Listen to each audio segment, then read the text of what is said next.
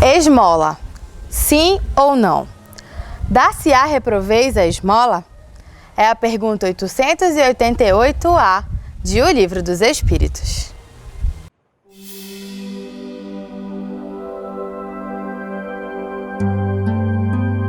Espiritualidade em gotas. Não. O que merece reprovação não é a esmola, mas a maneira como habitualmente ela é dada. E segue-se uma resposta longa oferecida pelo Espírito São Vicente de Paulo. O ato de atender uma demanda de emergência e pontual, que se configura na esmola propriamente dita, ela merece um olhar de enquadramento. Porque mesmo nessa atitude circunstancial, nós podemos fazê-la de forma humilhante àquele que recebe. Podemos fazê-lo de uma forma a tentarmos nos ver livre daquele incômodo de alguém nos abordando. Ou podemos fazer para nos mostrar, nos revelar como alguém importante, fazendo com que a nossa mão esquerda saiba o que a outra faz, como dizia Jesus ao seu tempo. Às vezes, oferecemos uma esmola numa tentativa de salvar o outro, achando que aquilo simplesmente é suficiente. E aquilo é apenas um atendimento imediato, emergente e superficial, muito embora necessário numa certa circunstância.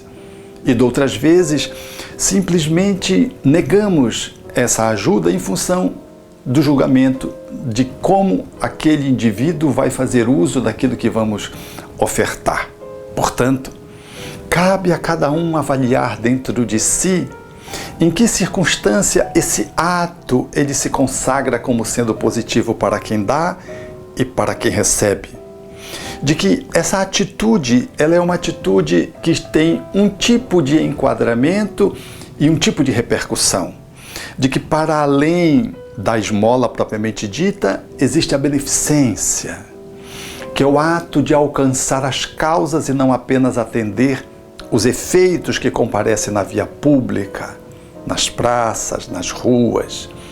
Portanto, um olhar mais grandioso para aquele que faz uma relação de ajuda, um processo libertador, é quando o indivíduo sai dessa posição meramente circunstancial e se engaja no outro movimento para erradicar a miséria, atuando nos infortúnios ocultos e movido pelo sentimento de solidariedade, de caridade, de amorosidade, portanto, vai ao encontro dos necessitados para que os necessitados não venham às ruas esmolar.